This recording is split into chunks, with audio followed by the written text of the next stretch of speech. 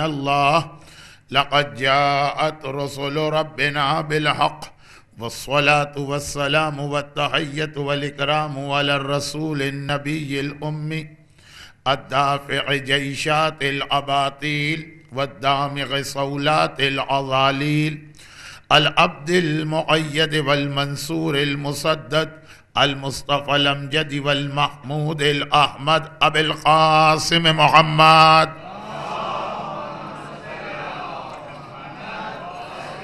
وآله وعطرته وأهل بيته الطيبين الطاهرين المعصومين المظلومين المنتجبين المكرمين سيما على بقية الله في الأرضين وحجته على العالمين اللهم عجل له الفرج ولعنة الله على أعدائهم أجمعين أما بعد فقد قال الله عز وجل في كتابه المبين وفرقانه المتين وقرآنه المجيد وقوله الحق بسم الله الرحمن الرحيم يا أيها الذين آمنوا إن تنصروا الله ينصركم ويثبت أقدامكم وقال سبحانه وتعالى إن أول بيت وضع للناس للذي ببكة مباركا وهدى للعالمين فيه آيات بينات مقام إبراهيم ومن دخله كان آمنا صلوات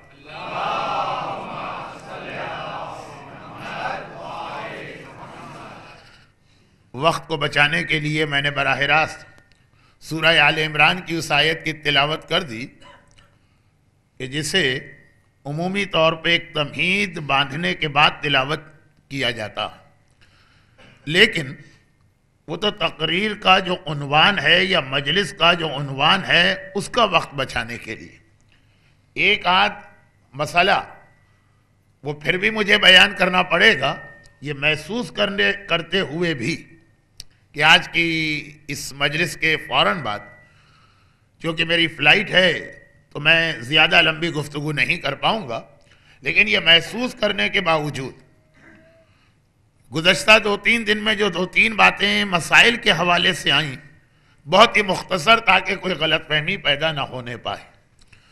پہلی بات یہ ہے کہ مرجع کے انتقال کے حوالے سے ایک ایسا مسئلہ سامنے آتا ہے جسے بعض اوقات لوگوں کے لیے سمجھنا مشکل ہوتا ہے بہت آسان، لیکن یہ ہے کہ ہمارے یہاں ایک دستور چونکہ چلا رہا کہ انتقال ہوا ہم نے کام ان پہ باقی ہے، اور میں نے یہ عرض کیا تھا کہ یہ صحیح نہیں، یعنی کتنے ہی ایسے لوگ ہیں جو زندگی کے ایک طویل حصے تک صحیح تقلید کرتے رہے اور پھر اس مسئلے کے اندر کوتاہی کی بنا پر وہ بغیر تقلید کے ہو گئے۔ کون لوگ؟ 15 سال 20 سال ایک مرجع کی تقلید کی، ان کا انتقال ہو گیا، کہا ہم انہی پہ باقی ہے۔ کیا آپ خود مرجع ہیں کہ آپ یہ فتویٰ دے سکیں یا فیصلہ کر سکیں کہ ہم ان پہ باقی؟ اور اگر واقعاً آپ خود مجتہد ہیں اور یہ فیصلہ کر سکتے ہیں تو آپ پہ تو تقلید ہی حرام ہے، اور اگر آپ خود مجتہد نہیں ہیں تو آپ کو یہ اختیار کس نے دیا یہ جملہ کہنے کا؟ یہ اختیار ملے گا جب آپ زندہ مجتہدین میں سے جن کو عالم سمجھتے ہیں، اور اپنی مرضی سے عالم نہیں سمجھ سکتے ہیں کہ جی ہمیں فلاں مجتہد زیادہ اچھا لگ رہا، فلاں مرجع ہمارے لیے ایکسس آسان ہے اس سے، فلاں مرجع سے ہمارا کمیونیکیشن بہت ایزی۔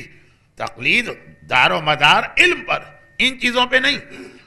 تو جس کی تقلید کی جائے اس کو عالم سمجھیں، لیکن اپنی معلومات کی بنیاد پہ نہیں، علماء سے تحقیق کر کے ان کی تقلید کرنا واجب ہے۔ ان کے کہنے سے آپ باقی رہیں گے مرحوم پر، وہ جس انداز سے کہیں۔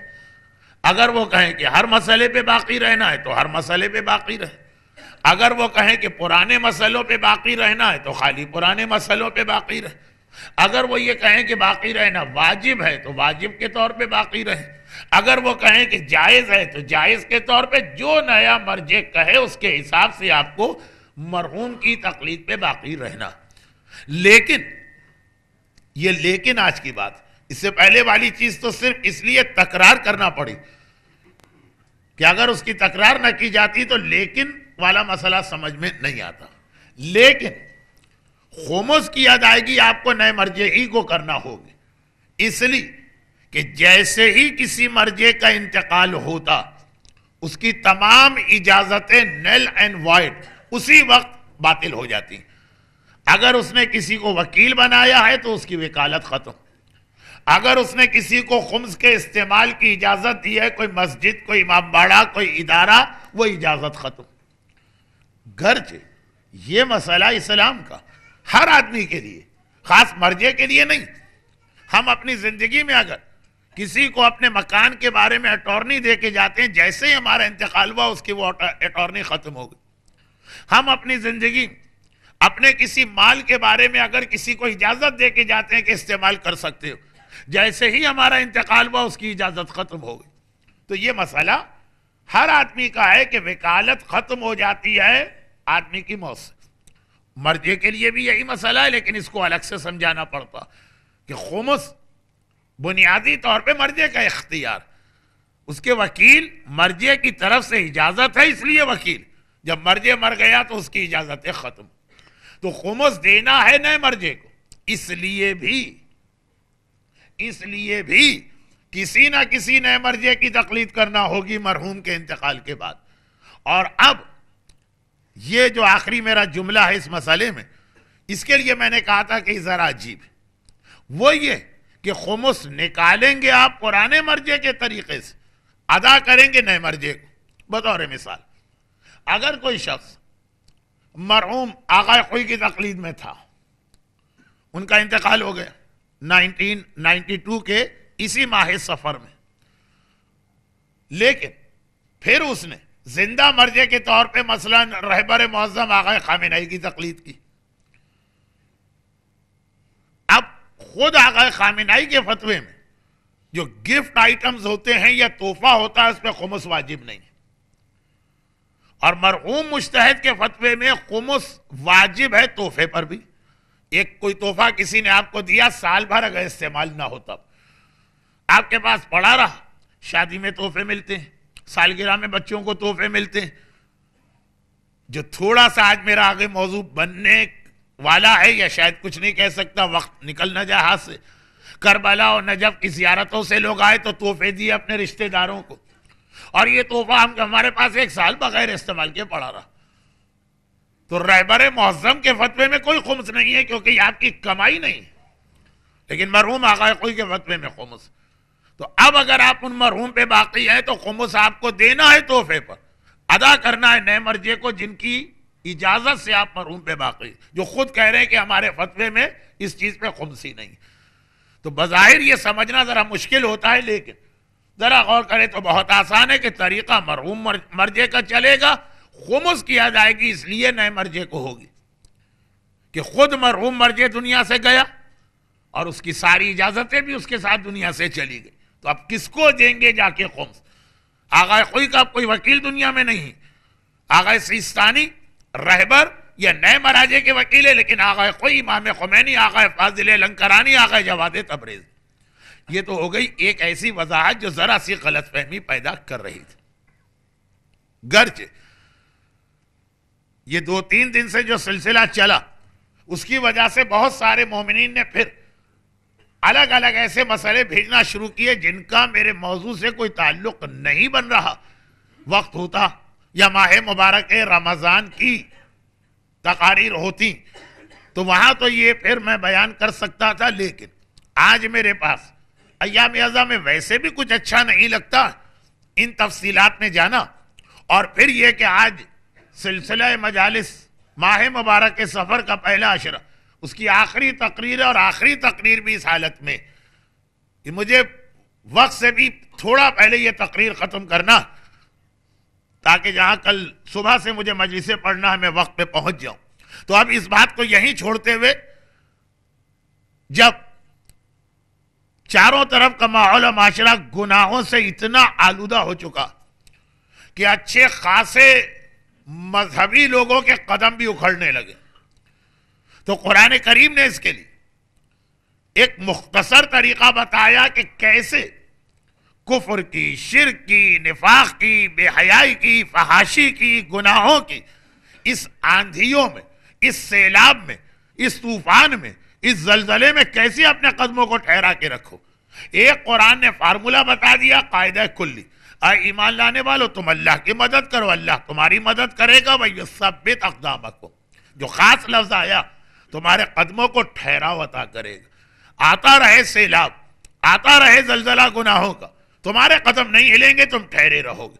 اب یہ جو ایک اصول بتایا کہ اللہ کی مدد کرو، یہی ماہ مبارک سفر کے اس عشرے کا عنوان تھا، لیکن پہلی تقریر سے ہی مجھے معلوم تھا کہ یہ اتنا بڑا موضوع کہ ایک آدھ عشرے میں مکمل نہیں ہوگا، تو جتنا ہو گیا اتنا ہو گیا۔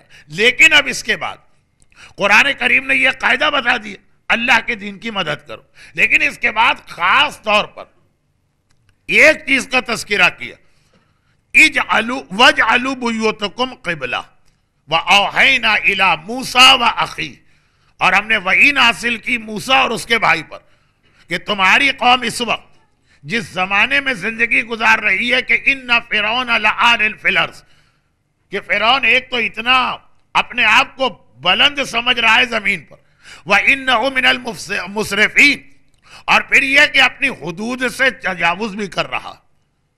دیکھیں، غنڈے اور بدماش لوگوں کی بھی دو قسمیں ہوتی ہیں، ایک تھرڈ کلاس اور تھرڈ ریٹ غنڈے ہوتے ہیں، اور ایک غنڈہ ہوتا ہے، بدماش ہوتا ہے، لیکن ذرا رکھ رکھاؤ اور طریقے اور سلیقے والا۔ میں مجلس کے اندر غنڈوں کی تعریف کرنے بیٹھا ہوں نہیں، یہ جو قرآن کریم نے فرعون کی دو خصوصیات بتائیں، جیسے پہلے زمانے میں ہم سنا کرتے تھے کہ بھائی وہ ہے غنڈہ اور بدماش، لیکن اپنے محلے میں کسی قسم کی کوئی بدماشی نہیں کرتا، لیکن چھوٹے موٹے جرائم میں مبتلا نہیں ہوگا کہ کوئی آدمی جو ہے مثلاً بچے کے لیے دوا خریدنے جا رہا ہے، وہ اس سے پیسے چھین کے بھاگ جائے، یا جیسے ہمارے صوبہ سندھ میں ایک طویل عرصے تک رواج یہ تھا کہ ڈاکو سادات کرام پہ کبھی ہاتھ نہیں ڈالے گا۔ اب یہ تھے وہ پرانے غنڈے اور بدماش جن کے پاس خود بھی کچھ غنڈہ گردی کی ویلیوز ہوتی تھی، اور ایک وہ تھرڈ کلاس جو جیب کترا ہوتا ہے، پرس چھین کے بھاگنے والا ہوتا، اس کا کوئی لحاظ، اس کے پاس کسی قسم کی کوئی ویلیو ہی نہیں۔ قرآن فرعون کے بارے میں ایک بات نہیں دو باتیں کہہ رہا، لَعَالٍ فِی الْأَرْضِ، ایک تو وہ زمین پہ اپنے آپ کو اتنا سرکش سمجھ رہا ہے، وَإِنَّهُ مِنَ الْمُسْرِفِينَ، اور دوسری بات یہ کہ اس کے پاس اپنی بڑائی کے باوجود، بڑا ہے، غنڈہ ہے، بدماش ہے، لیکن بڑا غنڈہ اور بدماش، تو اس کے پاس ایک رکھ رکھا ہونا چاہیے، وہ چور اور اچکوں کی طرح نہیں ہونا چاہیے، وہ اپنی حد سے تجاوز کر گئے۔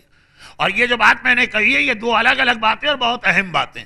مثلا آسٹریلیا کی کرکٹ ٹیم کے بارے میں یہ مشہور ہے کہ جس وقت اتنی طاقتور ہے کہ کوئی اس کو شکست نہیں دے سکتا، اتفاقاً کبھی کبھار اوور کانفیڈنس میں ہار جاتے ہیں تو پھر اگلے ہی میچ میں انتقام لے لیتے ہیں، لیکن ساتھ میں ہیں بڑے پست فطرت کے، اتنی بڑی ٹیم ہے جو اس کا ایک رکھ رکھاؤ ہونا چاہیے، ورلڈ چیمپئن ہے، اس کے پاس جو ایک قسم کے ٹکٹس ہونا چاہیے وہ نہیں۔ اتنی طاقت کے باوجود جس انداز سے وہ فاؤل لینگویج یا سلیجنگ وغیرہ استعمال کرتے ہیں وہ آپ کے سامنے، بلکہ انڈیا کے کرکٹر گواسکر نے یہی تو لکھ دیا کہ اتنی بڑی ٹیم سے بھی توقع نہیں کی جائے گی کہ اگر وہ زمبابوے اور کینیا اور بنگلہ دیش سے بھی مقابلہ کرے تو اس طرح مقابلہ کرے کہ بلا وجہ ان کے خلاف یہ غلط زبان استعمال کی جا رہی ہے، ضرورت ہی نہیں ہے ان کو کنفیوز کرنے کی۔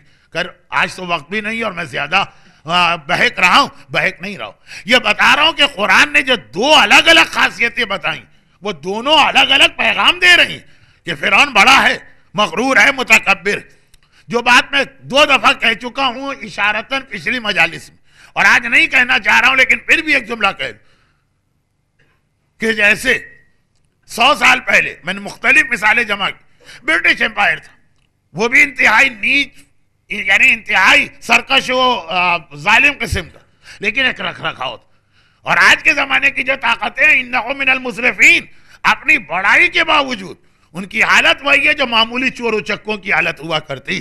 یہ فرعون کی اس سے پہلے حالت گزری ہے یا آپ نے اس کا مشاہدہ کیا؟ اب قرآن اس کے لیے اصول بتا رہا ہے، گھر کو قبلہ بناؤ، گھر کو قبلہ بنانے میں 6 باتیں، 6 میں سے میری حتی الامکان کوشش کے باوجود 5 ہی باتیں آ سکیں گی، 6ٹھی بات باقی رہے گی، اور یہ 5ویں بات میں بھی جو 5 باتیں آئیں گی ان میں بھی جو چوتھی بات ہے اس کو میں بہت مختصر بیان کروں گا، وقت نہیں، لیکن اس مختصر کو اس لیے برداشت کر لیجئے کہ اس پر میرے پورے اشرے اس سے پہلے ہو چکے ہیں۔ پہلی بات، قبلہ کیسے بنتا ہے؟ مال کے حلال و حرام ہونے سے۔ دوسری بات، قبلہ کیسے بنتا ہے؟ بتوں کو نکال دینے سے۔ بت کسے کہتے ہیں، کس انداز کیا ہے؟ خود قرآن نے بتوں کی کیا تعریف کی، خود حدیث میں بتوں کے بارے میں کیا آیا وہ کل آپ نے سن لیا۔ سمجھے نہ سمجھے میں حق ادا کر سکا کہ حق ادا نہ کر سکا، وقت نہیں۔ اس کے بعد قرآن تیسری جو بات بیان کر رہا، چوتھی قرآن کے اعتبار سے، دوسری تاریخ کو ملائیے تو چوتھی۔ پہلی بات مال حلال و حرام، دوسری بات گھروں سے بتوں کو نکالنا، تیسری بات جو قرآن کی آیت میں آئی، آل عمران کی آیت، یہ وہی آیت ہے آل عمران کی جس کا اختتام اس مشہور آیت پر ہوتا کہ وَلِلَّهِ عَلَى النَّاسِ حِجُّ الْبَيْتِ مَنِ اسْتَطَاعَ إِلَيْهِ سَبِيلًا، جو حج کے واجب ہونے والی آیت۔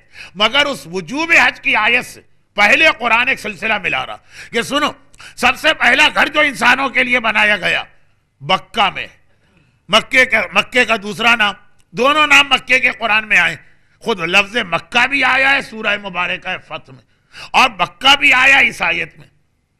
اور مکہ بنا ہی بکا سے، مکہ شہر ہی وہ ہے کہ جہاں ہر آدمی کو گریہ اور بکا کرتے ہوئے جانا چاہیے۔ گھر کے لوگوں نے بکا کو حرام اور شرک اور بدعت بھی قرار دیا، لیکن جو پہلا گھر اس دنیا میں بنایا گیا وہی ایسی جگہ بنایا گیا جس کی خصوصیت قرآن یہ بتا رہا ہے کہ وہاں بکا ہونا چاہیے۔ لفظ مکہ استعمال نہیں کیا جو زیادہ مشہور، اور جیسا کہ میں نے 3 سال پہلے ایک مجلس میں کہا کہ ایسا بھی نہیں کہ قرآن مکے کے لفظ کو ایوائڈ کرنا چاہ رہا ہے، دوسری جگہ آ بھی رہا، لیکن یہاں خصوصیت یہ بتا رہا کہ جو گھر انسانوں کی ہدایت کے لیے، جہاں سے ہدایت ملتی ہے وہاں پہ بکا لازم، وہاں پہ گریہ لازم، چاہے وہ مکے کی زمین ہو، چاہے ان الحسین مصباح الہدایہ، حسین ہدایت کا چراغ ہے، تو وہاں بھی گریہ اور بکا کے بغیر ہدایت نہیں مل سکتی ہے۔ ان اول بیت وضع للناس للذی ببکہ، یہ پوری ایک مجلس یہاں سے ہو سکتی ہے، لیکن جو آلریڈی میں کام جو عنوان شروع کر چکا ہوں اس سے تو مکمل کروں۔ اب قرآن نے کہا کہ اس کی پہلی خاصیت قرآنی الفاظ میں، اور ہمارے موضوع میں تیسری خاصیت مبارکہ، یہ برکت والا۔ خود برکت کسے کہتے ہیں، یہ اتنی لمبی چوڑی چیز، لیکن وقت کم ہونے کی بنا پر اب میں اپنے آپ کو شاباش دیتا ہوں کہ اچھا ہوا میں نے 3 دن پہلے موضوع سے ہٹ کر برکت کا دوسرا پہلو پہلے ہی بتا دیا، ورنہ اگر آج ہوتا تو وقت اتنا کم ہو گیا کہ اس کو بھی چھوڑنا پڑتا۔ برکت 2 چیزوں کا نام، پہلی چیز تولائی برکت، دوسری چیز تبرعی برکت۔ تولائی برکت میں نے کل بتائی، وہ ریسیور گھر میں لا کے رکھے، وہ چیزیں گھر میں لا کے جمع کرے جس کی وجہ سے برکت کھچ کے آتی ہے، ساری بات کل ہو چکی ہے، دہرانا نہیں۔ اور دوسری بات تبرعی برکت، اور اپنے گھر سے وہ چیزیں نکال کے بھی پھینکیے جو آنے والی برکت کے راستے میں رکاوٹ بن جاتی ہے۔ جو الیکٹرونک آلات سے واقف ہیں وہ اکثر یہ جملہ پڑھتے اور سنتے ہوں گے کہ بھائی یہ فلاں آلات ہے، سگنل آ رہے ہیں، لیکن قریب میں کوئی ایسی رکاوٹ نہیں ہونا چاہیے، مثلا کوئی میگنیٹک فیلڈ نہ ہو، ورنہ سگنل ریسیو ہونے میں پریشانی ہو جائے گی۔ تو 2 الگ چیزیں ہوتی ہیں، ایک وہ ریسیور ہو جو سگنل کو آپ تک لا رہا، دوسرا کوئی ایسی چیز نہ ہو جو آنے والے سگنل میں رکاوٹ پیدا کرے، انٹرفیئر کرے، خلل پیدا کرے۔ دونوں کو ملا کے برکت کہتے ہیں۔ ایک تولا ہے گھر میں چیزیں لائیے، ایک تبرع ہے کچھ کو اٹھا کے گھر سے باہر پھینکیے۔ اب جو گھر سے باہر پھینکی جائیں گی چیزیں، میں اکثر یہ مجالس میں پڑھتا رہتا ہوں، ایسا نہیں کہ میں نے پہلی مرتبہ ہی پرسوں پڑھا، اکثر پڑھتا رہتا ہوں، پرسوں بھی پڑھ چکا ہوں، تو ہلکا سا اشارہ کہ وہ چیزیں جو گھر میں رحمت کھینچ کے لائیں گی وہ کل آپ نے سنی۔ اتنا وقت میرے پاس کم ہے اور میں اتنا زیادہ جلدی میں ہوں موضوع مکمل کرنے کے لیے کہ اشارے بھی نہیں کر رہا ہوں، صرف ایک عزاداری کا نام لے لیتا ہوں، لیکن اس کے علاوہ بھی گھر میں جو چیزیں قرآن آپ نے رکھا، قل آپ نے رکھے، یہ برکت کھینچ کے لا رہے۔ اور گھر سے نکال کے باہر پھینکیے شراب کو، گھر سے نکال کے باہر پھینکیے کتے کو، گھر سے نکال کے باہر پھینکیے میوزیکل انسٹرومنٹ اور گانے بجانے کے آلات کو، گھر سے نکال کے پھینکیے گیمبلنگ یعنی جوئے کے آلات کو، تاش ہے کہ شطرنج ہے۔ یہ 2 چیزیں ملیں گی تو پھر آپ کا گھر قبلہ بنے گا۔ تو یہ جو قرآن نے کہا کہ یہ گھر برکت والا، عجب بعض مومنین کرام، گرچہ میں نے اس آیت پر یہاں شارجہ میں پہلی یہ مجلس پڑھی ہے، پہلی دفعہ یہ عنوان لیا لیکن ان کو تھوڑا سا میرے سٹائل سے اندازہ ہے، ایڈوانس میں ہی انہوں نے سوال بھیج دیا. کہا مولانا ہمیں معلوم ہے کہ کل آپ نے برکت والی بات کی تو آج ضرور آپ گانے بجانے کی بات کریں گے، تو یہ بتائیے کہ یہ ٹیلی ویژن اور یہ سی ڈی پلیئر کیا یہ بھی گھر سے بھیجنا واجب؟ پہلے سے ہی ان کو معلوم تھا کہ میں یہ کہنے والا ہوں. خیر یہ نہیں بتایا انہوں نے کون صاحب ہے، میں بھی اپنے مستقبل کے کچھ حالات پوچھ لیتا. ان کو خالی میری تقریر کے بارے میں معلوم تھا کہ میں یہ ضرور کہوں گا، اور واقعا میں نے کہا 20ویں منٹ پر.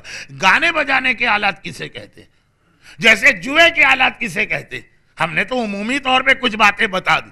یہاں پہ پھر وہ ہمارا عنوان آ گیا، لِيَسْتَنْقِذَ عِبَادَكَ مِنَ الْجِهَالَةِ. مقصد کربلا جہالت دور کی جائے، علم بڑھائیے. یہ چیزیں بھی آپ کو آپ کا مرجع بتائے گا، یعنی عین ممکن ہے.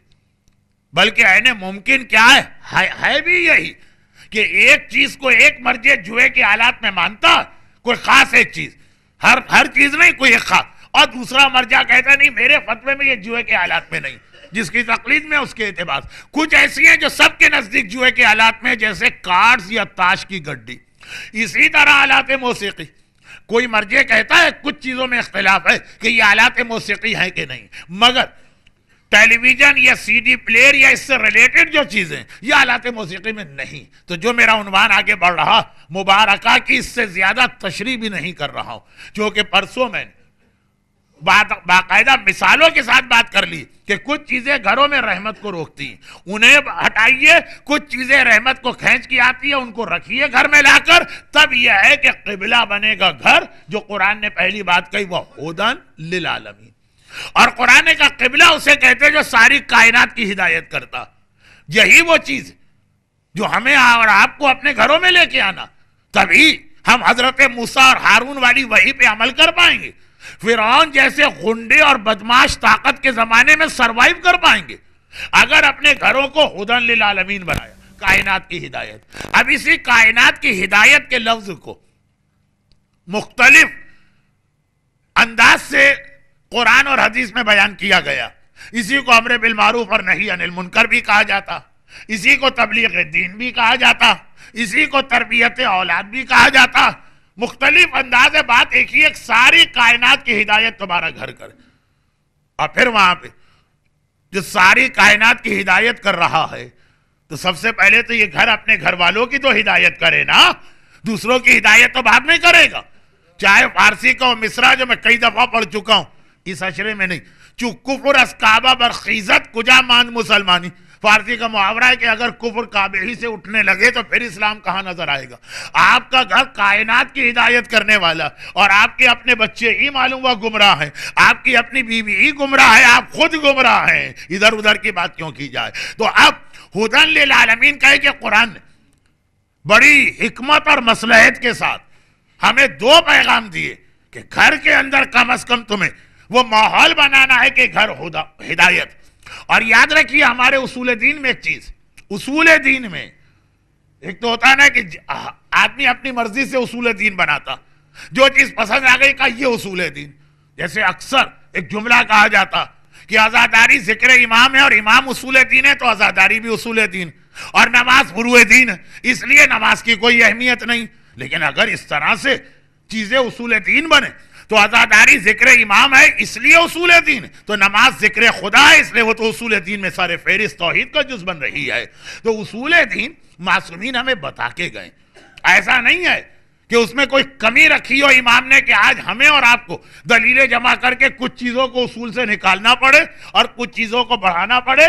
آج ہمارے یہاں خالی عمل کی خرابی نہیں رہی ہے، اب عقائد کی خرابی بھی ہو رہی ہے کہ ہر کس و ناقص کھڑا ہو کر ان چیزوں میں دخل دینا اپنا فریضہ سمجھ رہا کہ جو 1400 سال سے طے شدہ چیزیں فقہی مسائل میں اختلاف ہیں، عقائد میں کوئی اختلاف نہیں ہوتا ہے، بلکہ تعریف ہی یہ کی گئی ہے اصول فروع کی کہ اصول وہ ہیں جو آدم سے لے کے قیامت تک ثابت ہیں. شریعتیں بدلی ہیں، شریعت نوح کے اندر نماز کا طریقہ کچھ اور ہوگا، شریعت ابراہیم کے اندر روزے کا طریقہ کچھ اور ہوگا، شریعت موسیٰ میں حجاب کا طریقہ کچھ اور ہوگا.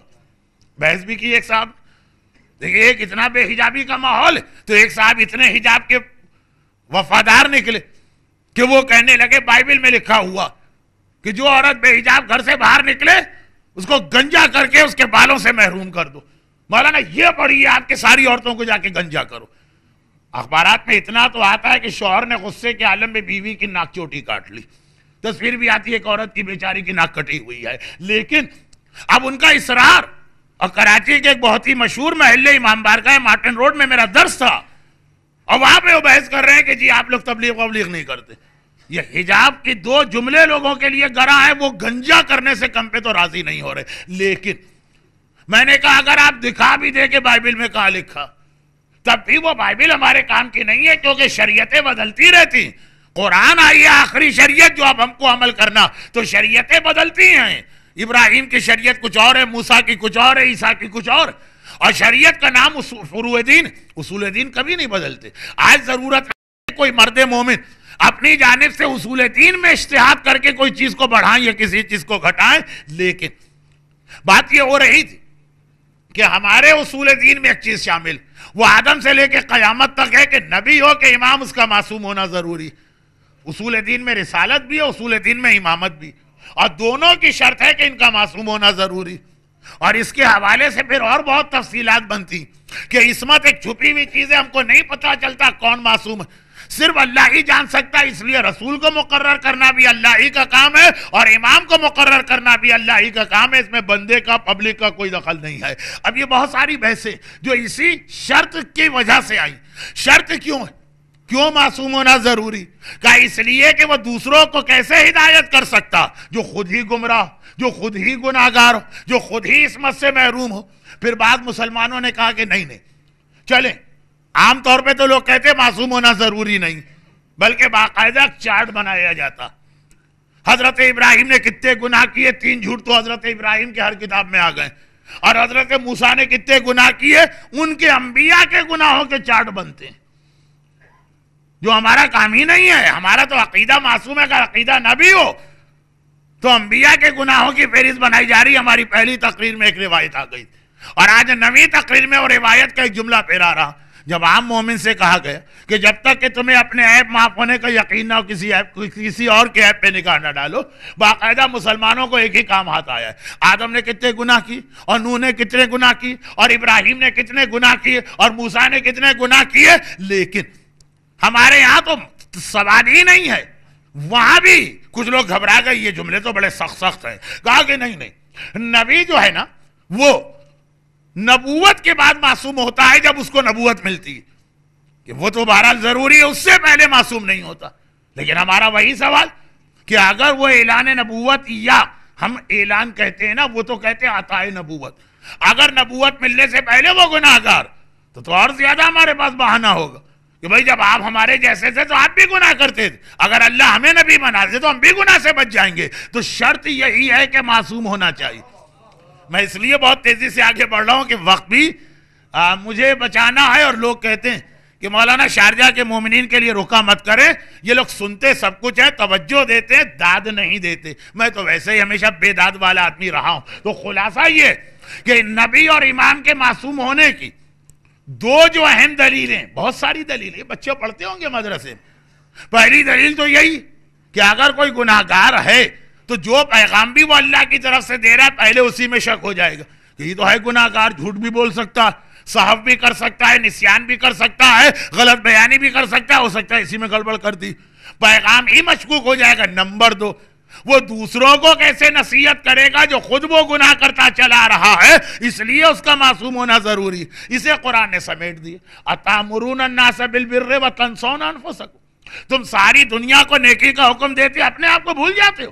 ارے پہلے تو نیکی اپنے آپ پہ لانا ہے، پھر دوسرے سے کہنا.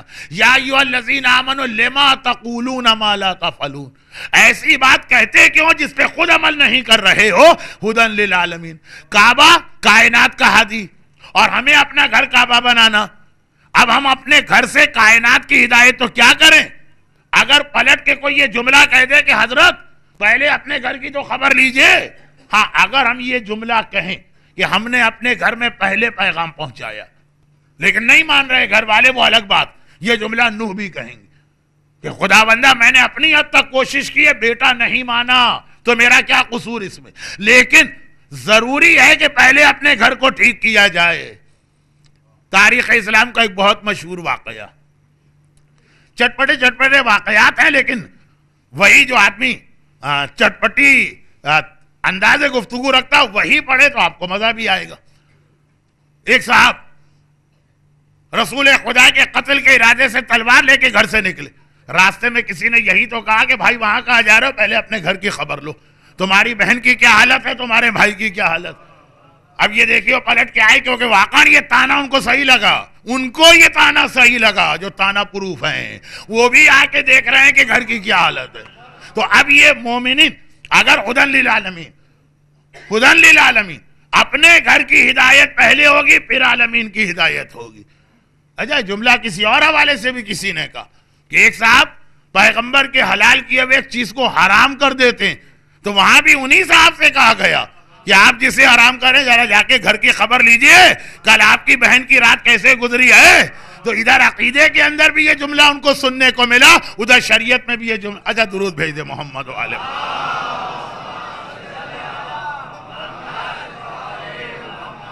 یہ آپ کی بے چینی میں نے دیکھی تو میں روکا اور میں نے چاہا کہ بہرحال ذرا سا آپ کے جذبات ظاہر ہو جائے, لیکن موضوع اتنا بڑا خدا للعالمین. ان سب کا خلاصہ کیا, ان سب کا خلاصہ یہ کہ چیزیں دوسروں کو دکھانے اور بتانے کی نہیں, اپنا بھی جائزہ لو.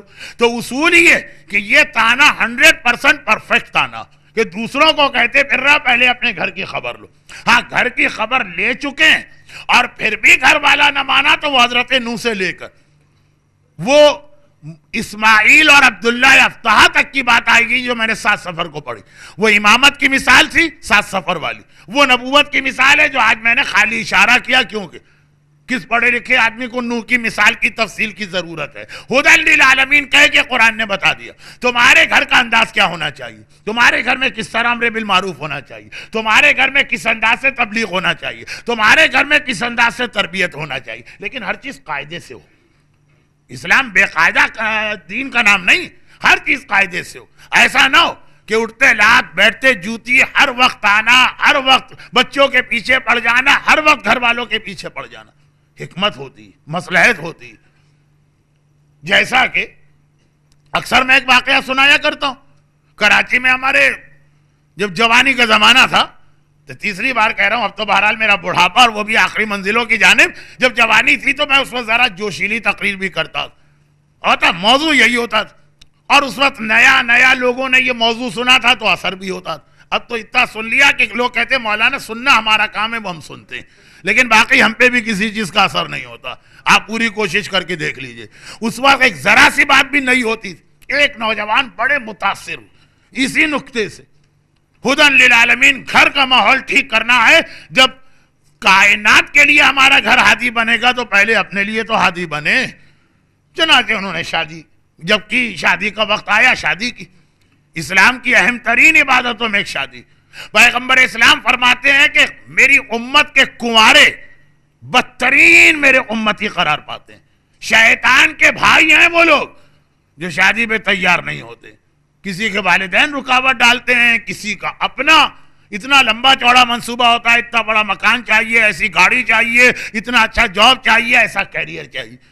اب بالکل ایک الگ موضوع ہے, ادھر گیا تو جو آلریڈی موضوع ہے وہ کام مکمل ہوگا. لیکن شادی کی پھر انہوں نے, اور شادی کے بعد مولانا کی وہ والی مجلسیں ذہن میں تھی جو ایک زمانے میں موت بہت پڑھا کرتا تھا, اور ملک الموت اور کفن اور کافور کی خوشبو لوگوں کو مجلس میں آیا کرتی تھی. تو وہ والی مجلسیں ان کے ذہن میں تھی. اب شادی کے بعد پہنچے بیوی کے پاس, وہ کیا رات ہوتی ہے, کیا دونوں کے ذہن میں خیالات ہوتے ہیں, کیا دونوں کی سہیلیاں اور دوست ٹریننگ دے کے بھیجتے ہیں. آپ میں سے سب اس سے گزرے, اور جو نہیں گزرے تو ہم قریب گزریں گے. خلاصہ یہ کہ وہ ساری باتوں کے برعکس دیکھنا ہے. مولانا نے کہا ہدن للعالمین, یہ میرا گھر اب یہاں سے شروع ہو رہا ہے, آج سے میری زندگی شروع ہو رہی ہے گھر والی. بیوی سے ایک مرتبہ دریافت کیا, اصول دین یاد ہے, چونکی وہ صفات ثبوتیہ یاد ہے, صفات سلبیہ یاد ہے, فروع دین یاد ہے, وضو کے مسائل یاد ہے, قیامت یاد ہے. اب اگرچہ 30 سال پہلے کراچی میں شرم و حیا کا ماحول تھا, دلہنیں ذرا خاموش رہتی تھی, ایک گھونگٹ بھی پڑا ہوتا تھا, رونمائی ہو. اب تو ساری دنیا ہی شوہر سے پہلے دیکھی بیٹھی ہے, تو اس وقت بڑی شرم والی کیفیت. لیکن آخر گھبرا کے وہ بول اٹھی, میری سمجھ میں نہیں آتا کہ آج میری شادی کی پہلی رات ہے کہ قبر کی پہلی رات ہے کہ منکر و نکیر کو جواب دے رہی. یہ تو منکر و نکیر سوال کرتے ہیں, قبر میں پہلی رات. کہ توحید کیا ہے اور رسالت کیا اور امامت کیا ہے. بات صحیح ہو لیکن غلط موقع پہ کی جائے, بات صحیح ہو لیکن غلط طریقے سے کی جائے, تو وہ اسلام اس کے سخت خلاف ہے. اس لیے اس کا خیال بھی کرنا. دو قسم کے لوگ ہمارے معاشرے میں ہیں, جو چوتھی مجلس میں نے اشارتاً کہا تھا, ہر ایک کو معلوم ہے, دونوں ایکسٹریم والے. ایک ایسے ڈھیٹ ہیں کہ ان کے گھر میں کچھ بھی ہوتا رہے, اگرچہ روایت میں اس کے لیے بڑا سخت لفظ آیا, ایسا کہ اگر میں امام کا لفظ پڑھ دوں آپ کہیں گے کہ مولانا ممبر سے گالی دے کے گئے. دال یہ واو سے یہ امام کا لفظ آیا ہے کہ جس کے گھر میں کچھ ہوتا رہے اس کو پرواہ نہیں. گھر والے بے دین ہیں, گھر والے واجبات چھوڑ رہے, گھر والے پہلے آرام کر رہے, مکس گیدرنگ ہو رہی, بے حجابی ہو رہی, گانا سنا جا رہا, پرواہ نہیں. اور ایک اتنے سخت ہیں کہ ایک ایک سیکنڈ اس طرح ان کو تبلیغ کی فکر ہے کہ اولاد باغی ہو رہی. آیت اللہ سیستانی کی ایک اور کتاب ہے مسائل کی, ایک تو وہ مشہور کتاب توضیح المسائل ہے, ایک ہے جدید فقہی مسائل. ماہ مبارک رمضان میں ایک سال مجھے مومنین شارجہ کی خدمت کا کچھ موقع ملا, اس میں سے میں نے کافی مسئلے پڑھے. اس کے اندر نماز کے 3-4 مسئلے. اصل میں یہ کتاب توضیح المسائل کا پارٹ 2 ہے, تو وضو, غسل, نماز, تقلید توضیح میں تفصیل سے آ چکا, تو وہ مسئلے اس میں نہیں. اس میں وہ مسئلے جو آج کے بچے اور جوان پوچھتے ہیں, اسلام بینکنگ کے لیے کیا کہتا, اسلام میوزک کے لیے کیا کہتا, اسلام میں انٹرٹینمنٹ کا کیا مسئلہ, اسلام مکس گیدرنگ کے لیے کیا کہتا. یہ پرانی کتاب میں نہیں ہے توضیح, لیکن پھر بھی نماز کے 2-3 مسئلے میں نے اس لیے کہا کہ کوئی موٹی کتاب کا آپ کوئی چیپٹر کھولے جس میں پتا چلے 15 صفحے پڑھنا ہے تو آدمی کا حوصلہ ٹوٹ جاتا. نماز کے 2 ہی تو صفحے, اس میں ایک مسئلہ یہ ہے کہ ایک آدمی نے غلط نمازیں پڑھی, غلط وضو کیا, نماز غلط ہو گئی. لیکن اگر ہم اس کو بتانے جائیں گے تو اتنا وہ ریئیکشن اس کا اسٹرانگ اور ہارش ہوگا کہ ہو سکتا ہے وہ نماز ہی چھوڑ دے. فرماتے ہیں کہ پھر اس کو کچھ نہ کہنا بہتر, ابھی نماز تو پڑھ رہا ہے, اتنا بتا دو کہ صحیح طریقہ کیا, ابھی اس کے ماضی کی قضا نمازوں کو نہ چھیڑو جو واجب ہے اس کے لیے. لیکن یہ ہے کہ ہر چیز کا ایک موقع اور محل ہوتا. تو ہدی للعالمین میں یہ نقطہ ذہن میں رکھیں. کچھ لوگ اپنی بے دینی کی وجہ سے اپنے گھر کو تباہ کر رہے ہیں, اور کچھ لوگ اپنی حد سے زیادہ دینداری کی وجہ سے اپنے گھر کو تباہ کر رہے ہیں. یہ بھی غلط ہے, وہ بھی غلط ہے, لیکن بیچ کا راستہ ہے کہ اپنے گھر کو کم از کم گھر والوں کے لیے ہدایت بنانا ہے, تب گھر قبلہ بنے گا. آئیے آخری بات بھی آ جائے جلدی سے, اور وہ یہ تاکہ آیت تو پوری, ان اول بیت وضع للناس للذی ببکہ, یہاں تو کعبے کی تاریخ آئی اور کعبے کا محل وقوع آیا کہ پہلا گھر جو انسانوں کے لیے بنا, تاریخ آ گئی کہ سب سے پہلے کعبہ بنا.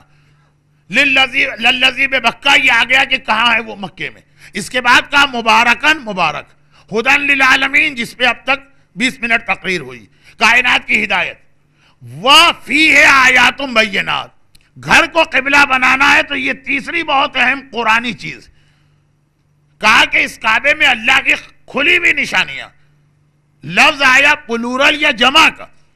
جب قرآن نے سمجھایا تو پھر مثال خالی ایک دی, کہا اس میں اللہ کی کھلی نشانیاں.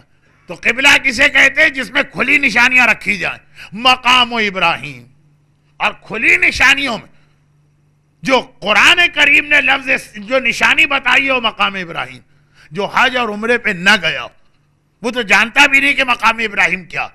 جو زیادہ مشہور چیزیں جو حج اور عمرے پہ نہیں بھی گئے ان کو بھی معلوم, حجر اسود جو کبھی بھی نہیں گیا حج پر, جو کبھی بھی نہیں گیا عمرے پر. اور کیوں نہیں گیا؟ خدا بندہ ہر مومن و مومنہ خاص طور پہ جو حاضرین مجلس ہیں انہیں حج اور عمرہ اور زیارت 14 معصومین کا شرف جلد از جلد عطا فرما. حج عمرہ جو نہیں گیا اس کو بھی پتا ہے کہ حجر اسود ایک چیز, اسے بھی پتا ہے صفا مروہ 2 پہاڑیاں. تو جو چیزیں لوگ زیادہ جانتے ہیں, چلیں زمزم کا کنواں یہ بھی اللہ کی کھلی نشانی, ان میں سے کسی کا تذکرہ قرآن نے نہیں کیا. کعبے کی تعریف کی کہ اس میں ہماری نشانیاں, اور نشانی ایسی بتائی کہ صرف وہی یہ نشانی پہچان سکے گا جو کبھی وہاں جا چکا ہو. طریقہ ہمیشہ ہوتا ہے, وہ مثال دی جاتی ہے جو مجمع کی اکثریت کی سمجھ میں آ جائے. حجر اسود کہہ دیتا خدا کہ اس میں ہماری کھلی نشانی ہے, مثلا حجر اسود کھلی نشانی ہے, صفا مروہ کھلی نشانی ہے, زمزم کا کنواں جو واقعاً اتنا برکت والا ہے کہ 4000 یا 6000 سال پہلے ایک نبی زادے کے ایڑیاں رگڑنے سے جاری ہوا اور اب تک موجود. البتہ میں کہتا ہوں کہ زمزم کا کنواں جو رسول اللہ سے بھی بہت پہلے، موسیٰ سے بھی پہلے، موسیٰ بعد میں ہیں، ابراہیم پہلے، اس وقت سے جاری ہوا، آج تک لوگ استفادہ کر رہے ہیں. اس میں اتنا پانی نہ ہوگا جتنے آنسو آج تک حسین کے لیے 1400 سال میں بہائے گئے.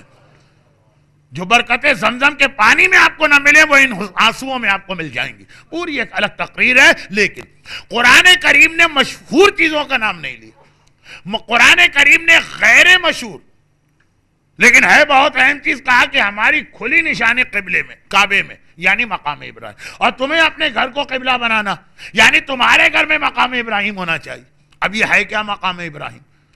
مقام ابراہیم کیونکہ مجمع میں ایسے لوگوں کی تعداد خاصی ہے جو حج عمرے پہ جا چکے ہیں، اس لیے یہ مثال دینے میں کوئی قباحت نہیں. مقام ابراہیم ہے کیا؟ مقام ابراہیم بھی حجر اسود کی طرح سے دنیا کا پتھر نہیں ہے بلکہ جنت سے آیا. جنت سے ایک نہیں 2 پتھر بھیجے گئے تھے. ایک کا نام حجر اسود تھا اور ایک کا نام مقام ابراہیم تھا. ایک پتھر ہر ایک کو یاد ہے، ایک پتھر ہر ایک بھولا ہوا. غالباً وہی بات ہے کہ آدمی کو صرف اپنے فائدے کی بات یاد رہتی ہے، اپنے نقصان کی بات بھول جاتا. کہا جو قرضہ آپ نے دیا ہے وہ آپ ہمیشہ یاد رکھیں گے، جو آپ نے لیا ہے وہ آپ بھولے ہوئے ہوں گے. ہیں کون سا قرضہ؟ کہاں؟ کسے؟ کب لیا؟ نہیں کوئی قرضہ ورضہ نہیں لیا. وَيْلٌ لِلْمُطَفِّفِينَ قرآن یہ اصول بتا رہا ہے لیکن گھڑی کی سوئیاں. میں اس کو مختصر کروں. مقام ابراہیم حجر اسود 2 پتھر دونوں جنت سے. ایک ایسا یاد ہے کہ بچہ بچہ جانتا، ایک ایسا ہے کہ جو حج عمرے پہ نہیں گیا تو بوڑھا بھی نہیں جانتا.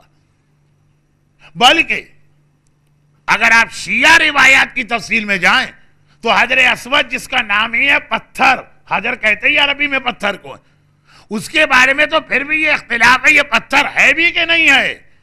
کتنی ہماری روایتیں ہیں موجود کہ اصل میں یہ ایک فرشتہ، اور جب ہم نے عالم ارواح میں خدا سے عہد کیا تھا بلا کہہ کر تو اب یہ ہماری گواہی دینے کے لیے یہاں پہ رکھا گیا.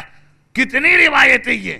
بلکہ جب آپ حج یا عمرہ کریں اور اس کی دعائیں پڑھیں تو ہمارے یہاں وہ دعائیں تو نہیں ہیں کہ جی تب آپ نے 7 چکر ہے، پہلے چکر کی یہ دعا ہے، دوسرے کی یہ دعا ہے، تیسرے کی یہ دعا.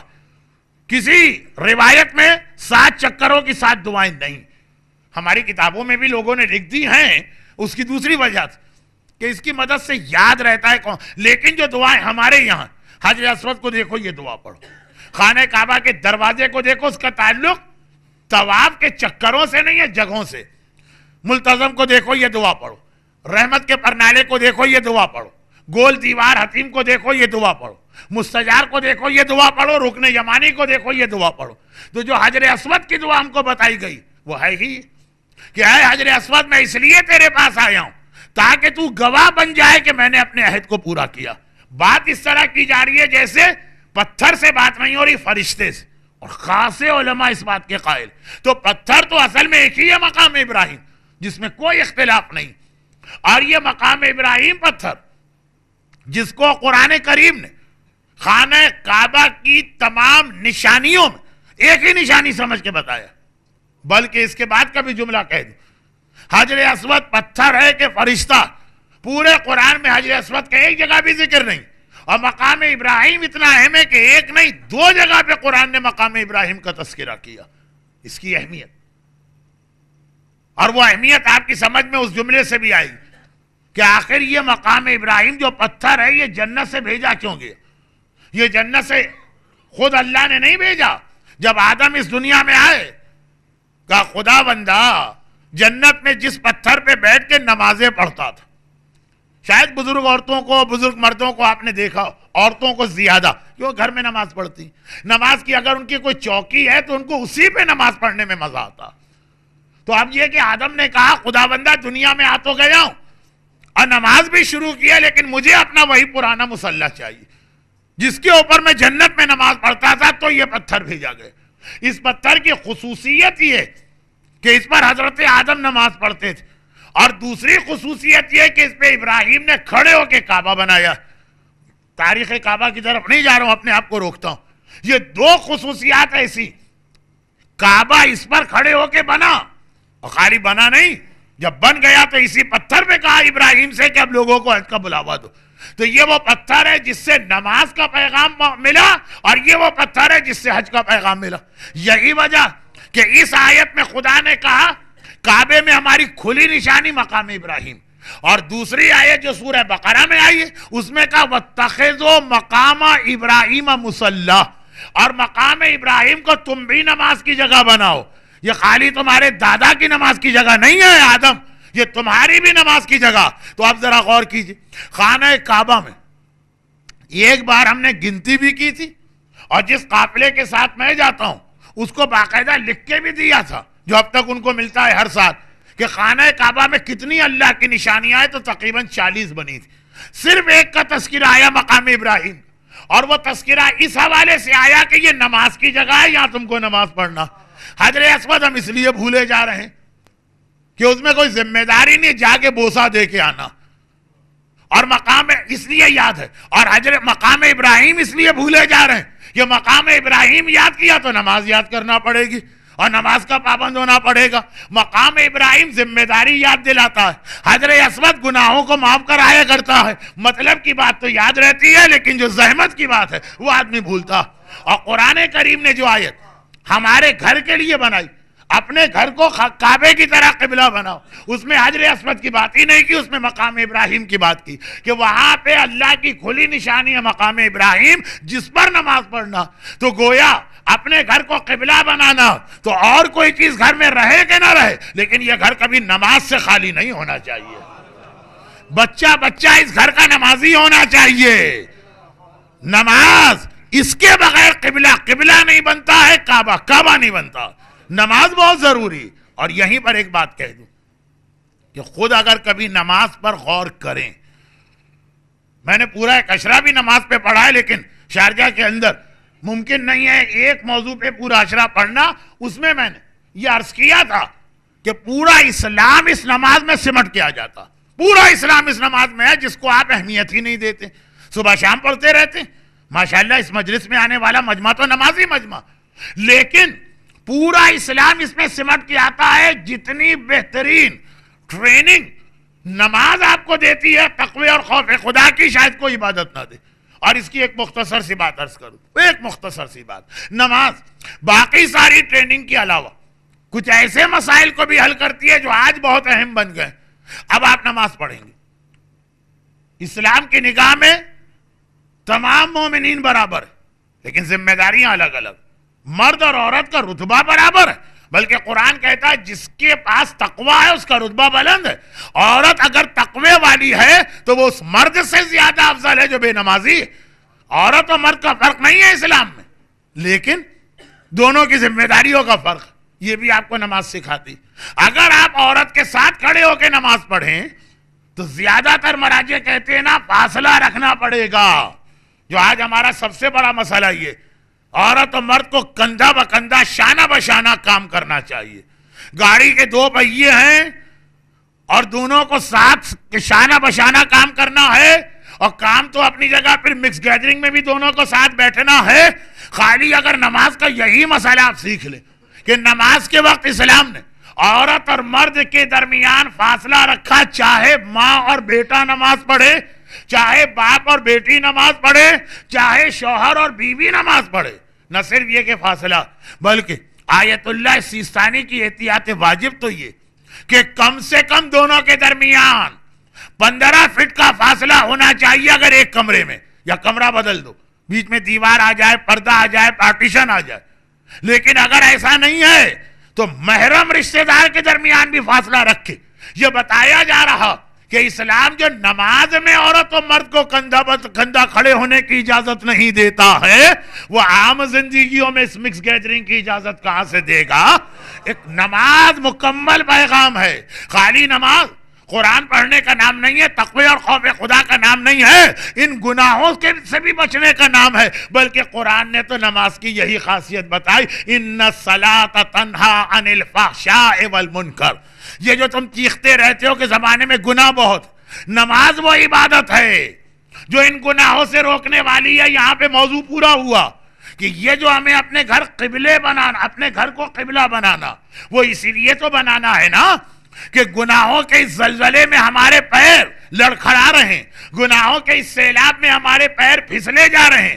کیسے اپنے پیروں کو جما کے رکھو؟ کہا قبلہ بناؤ، اور قبلہ بناؤ کا آخری پیغام یہ بنا اپنے گھر کو نمازی بناؤ، گھر میں نماز آئے اور نماز اپنی تمام خصوصیات کے ساتھ آئے، جس کی پہلی خصوصیت یہ ہے جس گھر میں صحیح نماز ہوگی نہ وہاں بے حیائی ہونی چاہیے، نہ وہاں پر کوئی فعل حرام ہونا چاہیے، اور یہی نماز پیغمبر کا جملہ میری آنکھوں کی ٹھنڈک ہے نماز۔ کسی نے کہا مولا جب آپ کو دیکھا اٹھتے بیٹھتے چلتے پھرتے ہمیشہ آپ دنیا کی برائی کرتے رہتے، حتیٰ یہ کہ یہ علی کا کتنا مشہور جملہ، کیا ہے دنیا جا کے کسی اور کو دھوکہ دے میں تو تجھے 3 طلاقیں دے چکا ہوں۔ جس دنیا سے میرا مولا اتنی نفرت کرتا ہے کہ 3 طلاقیں دے کے باہر نکال باہر کی، علی کے چاہنے والے اسی طلاق یافتہ دنیا کے پیچھے دیوانے ہو رہے ہیں۔ لیکن ہر چیز کو تو چھیڑنے کا وقت نہیں۔ علی سے کہا گیا کہ آپ دنیا سے اتنی نفرت ظاہر کرتے ہیں، مگر دنیا میں کوئی چیز اچھی ہے کہ ساری چیزیں بری؟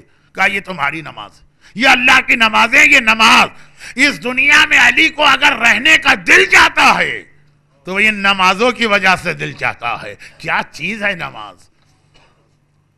اور یہی وجہ کہ جب کبھی آپ معصوم کے روضے پہ حاضری دیتے ہیں، سب سے زیادہ جس عمل سے امام معصوم خوش ہوتے ہیں وہ ہے اگر آپ ان کو ہدیہ نماز پیش کریں۔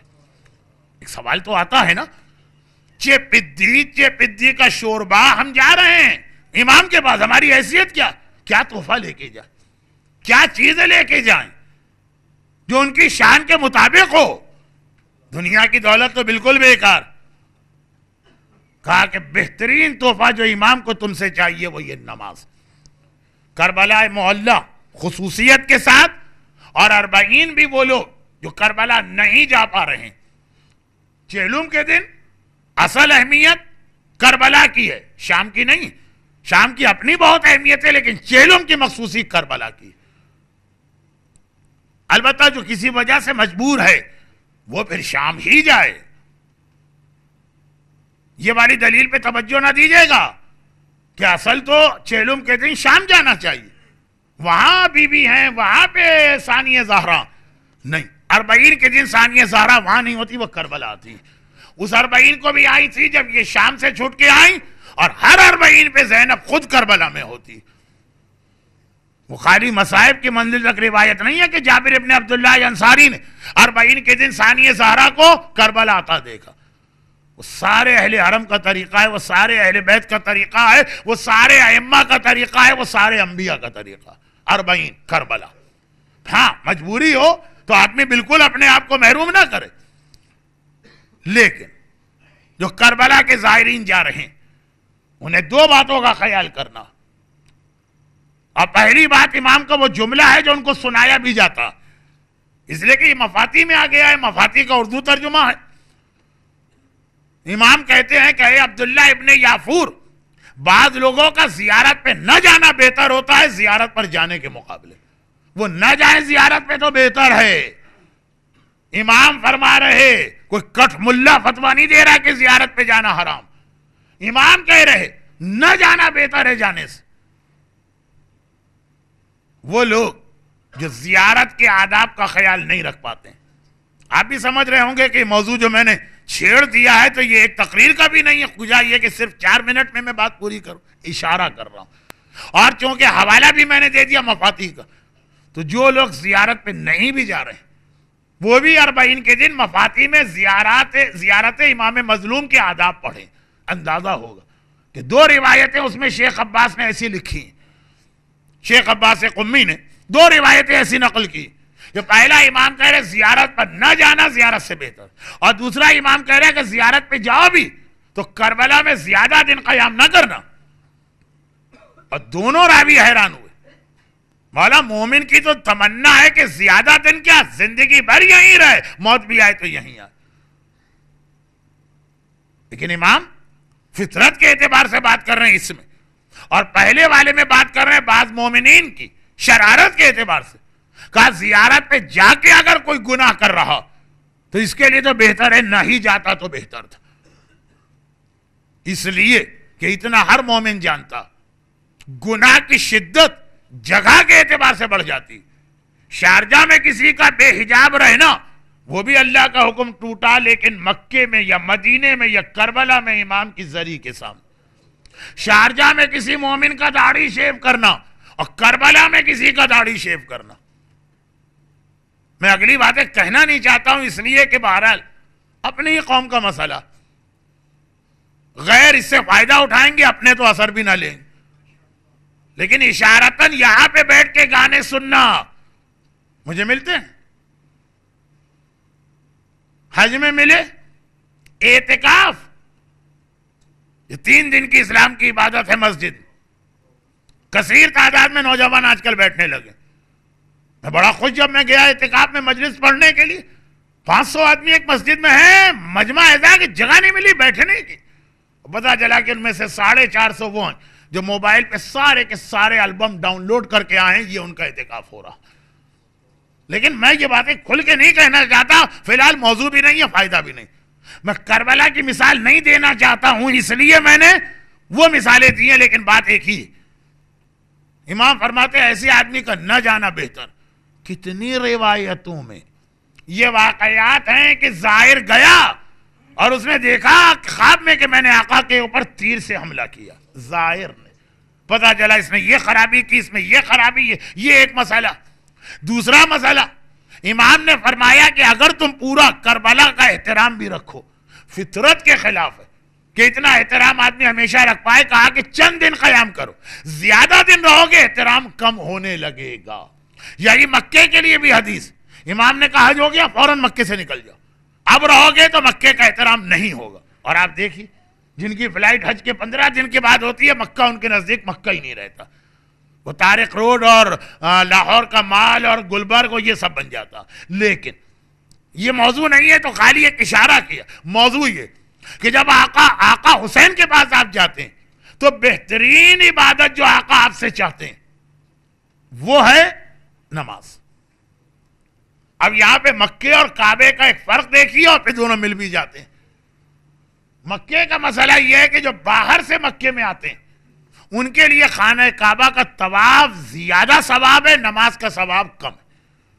خانہ کعبہ کے لیے بھی اسلام نے ایک لسٹ بنا کے دی کہ خانہ کعبہ میں 4 عبادتوں کو بہت ثواب ہے تو 5، لیکن 5ویں میں کچھ پرابلم آتے ہیں گلف والوں کے لیے. سب سے زیادہ ثواب طواف کا، پھر اعتکاف کا، پھر نمازوں کا. واجب نمازوں کی بات نہیں ہو رہی ہے، وہ تو ٹاپ آف دا لسٹ. پھر تلاوت قرآن کا ہے، ختم قرآن کا، پھر کعبے کی زیارت کا ایک فہرست، اور اس کے اندر ترتیب کے ساتھ یہ فہرست ہے. لیکن اعتکاف میں جو کہ 3 دن روزہ رکھنا ہے اور مسافر 10 دن سے کم ہو تو روزہ رکھے کہ نہ رکھے، اتنے ٹیکنیکل مسئلے کہ خالی اشارہ کر دیا یہ کافی ایک لسٹ ہے. لیکن کعبے میں بھی یہ کہ ہاں اگر آپ مکے کے باشندے بن گئے تو مکے میں بھی طواف کا ثواب کم ہے، نماز کا ثواب زیادہ. باشندہ آدمی کیسے بنتا؟ من لا یحضرہ الفقیہ میں جو شیخ صدوق نے روایت لکھی ہے، تمام مجتہدین نے فتویٰ بھی دیا کہ اگر کوئی آدمی مکے میں گیا 1 سال تک بھی وہاں رہا، ہم تو جاتے 15 دن 20 دن 30 دن 40 دن، مہینہ 1.5 مہینہ، سال بھر تک وہاں رہا تو اس کے لیے طواف کرنے کا ثواب زیادہ ہے. پھر نماز 2 سال ہو گئے، اب طواف اور نماز کا ثواب برابر ہے، چاہے یہ کرے چاہے وہ کرے. اور اگر تیسرے سال میں داخل ہو گیا، اب یہ مکہ والا بن گیا، اب اس کے لیے نماز بہتر ہے طواف سے. لیکن جو عبادتیں بھی مکے کی اس میں ترتیب ہے، یہ ہے پھر یہ. اور کربلا کے اندر کوئی ترتیب نہیں، ہر آدمی کو آزاد چھوڑا، جو عبادت تم کربلا میں کرو گے وہ قبول ہے، اس کا ثواب بھی بہت زیادہ. البتہ 10 چیزوں پہ ذرا تاکید آئی ہے اسلام کی، اور یہ لوگ عموماً یہ 10 چیزیں کرتے بھی ہیں، اس لیے اس کو تفصیل میں بتانے کی ضرورت نہیں ہے، صرف ایک فہرست سے گنا دوں. اچھا کربلا میں پہنچنے کے بعد کی بات کر رہا ہوں، ورنہ خود کربلا جانے سے پہلے سے تیاریاں شروع کی جاتی. خاص طور پر یہ مسئلہ کہ اگر ہو سکے تو کربلا جانے سے پہلے 3 دن روزہ رکھو، چوتھے دن جب 3 روزے ہو جائیں پھر جاؤ کربلا۔ ایک تو روزہ ویسے ہی آدمی کے اندر سے حرام کو گھولاتا، جو حرام کے آپ کے بدن میں آ گیا اپنی غلطی سے یا لا علمی سے، ایک تو روزہ اسے گھلا دیتا، اس حرام کو بدن سے نکالتا۔ تو کربلا جاؤ تو اندرونی بدن کو بھی، روح کو بھی پاک کر کے جانا۔ اور دوسرا شاید اس لیے بھی کہ کربلا جاؤ تو وہاں کے 3 دن کی بھوک و پیاس کو یاد کرنے سے پہلے اس مرحلے سے تھوڑا سا تم بھی گزر کے جاؤ۔ ہم 72 گھنٹے کے فاقہ نہیں کریں گے، 3 روزے، وہ بھی اگر یہ سردیوں والے شارجہ کے روزے ہوں۔ لیکن بہرحال وہ آداب زیارت میں یہ چیز آتی ہے، 3 دن روزے رکھو، چوتھا دن غسل کرو زیارت کا، پھر کربلا چلو۔ مگر کربلا سے پہلے کربلا کے راستے میں وہ ساری چیزیں موزوں نہیں، اس کے لیے کم از کم 5 ہونا چاہیے۔ کربلا پہنچنے کے بعد جو 10 چیزوں کا اسلام میں بہت زیادہ حکم، اور ان سب کا ثواب تقریباً برابر، وہاں پہ زیادہ اس مسئلے کی فکر میں نہ پڑے کہ مولانا زیادہ ثواب کس بات کا، ہر ایک کا ثواب ہے تقریباً برابر۔ مکے میں سوال ضرور کریں کیونکہ اس کا جواب امام نے دیا کہ 3 سال سے کم رہے تو طواف کا ثواب زیادہ، 3 سال یا زیادہ رہ گئے تو نماز کا ثواب زیادہ۔ مکے میں تفصیلات آئی ہیں، کربلا میں نہیں۔ لیکن بہت جلدی صحیح اس کو بیان کرنے میں بھی مجھے بار بار خیال آ رہا ہے کچھ باتیں مبہم رہ جائیں گی، لیکن کیا کروں۔ اب وہ وقت آ گیا کہ اگر میں زیادہ تاخیر سے بات کر گیا تو ہو سکتا ہے کہ فلائٹ بھی مس ہو جائے اور آگے مومنین کو زحمت ہو۔ اب چہلم کا اشرا مجھے پڑھنا ہے کہیں اور، بہت دور یہاں سے۔ سب سے ترتیب یہ بنے گی، اور کسی حد تک یہ ترتیب میں نے ذرا فضیلت کے اعتبار سے رکھی، گھر کے برابر ہے لیکن تھوڑا بہت۔ پہلی چیز تو ہر ایک کو معلوم، آقا کو سلام، زیارت جسے زیارت کہتے ہیں۔ لیکن آقا حسین کی زیارت تو روز پڑھنا ہے، 10 مرتبہ پڑھنا ہے، جتنی بار آپ جائیں۔ اس کے علاوہ بھی کچھ اور زیارتیں، جیسے زیارت جامعہ ہے، زیارت امین اللہ ہے۔ آقا حسین کی زیارت سب سے پہلے، اس کے بعد بھی کچھ اور اہم زیارتیں۔ نمبر 2 نمازیں۔ کربلا میں جتنی نماز آپ پڑھیں، 3 وجوہات سے کربلا میں نمازوں کی بہت زیادہ فضیلت آئی۔ نمبر 1، جو بہترین تحفہ امام کو لگتا ہے وہ یہ کہ کوئی ان کو تحفہ نماز پیش کرے۔ نمبر 2 کہ کربلا کے جہاد کا اہم ترین مقصد تحفظ نماز تھا۔ اور نمبر 3 کہ کربلا میں چونکہ ایک حکم ہے کہ آدمی زری